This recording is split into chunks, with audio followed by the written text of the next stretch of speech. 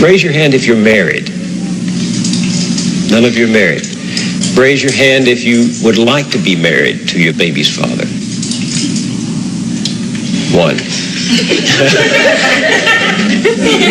The rest of you who don't plan to get married, why don't you plan to get married? I'd like to know that. You already have your child to think about, and then a whole family to care for. You know, it's a lot of responsibility. And then you don't want the commitments. I wouldn't want no man holding me down, because I think I can make it as a single parent. But don't you think you might need help in raising that baby from a man? Not really. I didn't have a father. My father wasn't in the home, so, you know, it really, male figures are not substantially important in the family.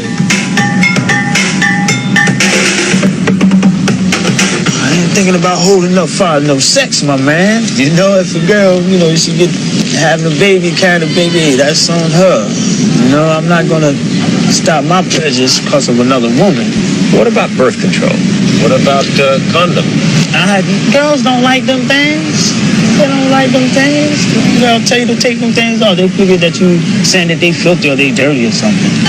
It's been a startling change in values. 25 years ago, you would not have heard such things said so freely because they were not embraced so widely. The strong family was still the backbone of Black America, and 3 out of 4 children had both parents at home. That is true no longer. Most Black children are now growing up without their fathers. The result is a world turned upside down as children copy what they see and repeat what they learn. LaDawn said she didn't have a father in her home and doesn't think her children need one.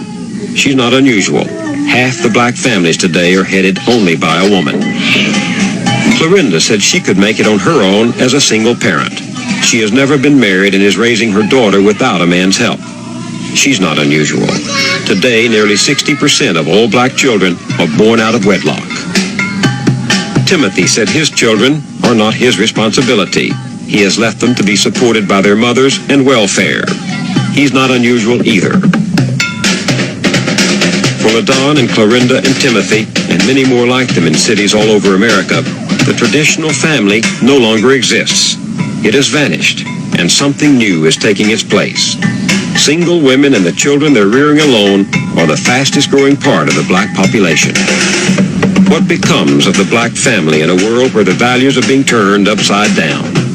If the parent is 17 and 18, uneducated, unmotivated, fooling around, wandering around, what's the child going to learn? Who's to teach them? When you learn something, you was taught by your parents. It was reinforced by school and your neighbors, but it was taught by your parents. Well, if the parents don't know anything, how are they going to teach the children? So it's not racism that I'm fighting right now. It's the lack of motivation. You see, I'm not even talking about racism. Maybe later on we'll get back to that.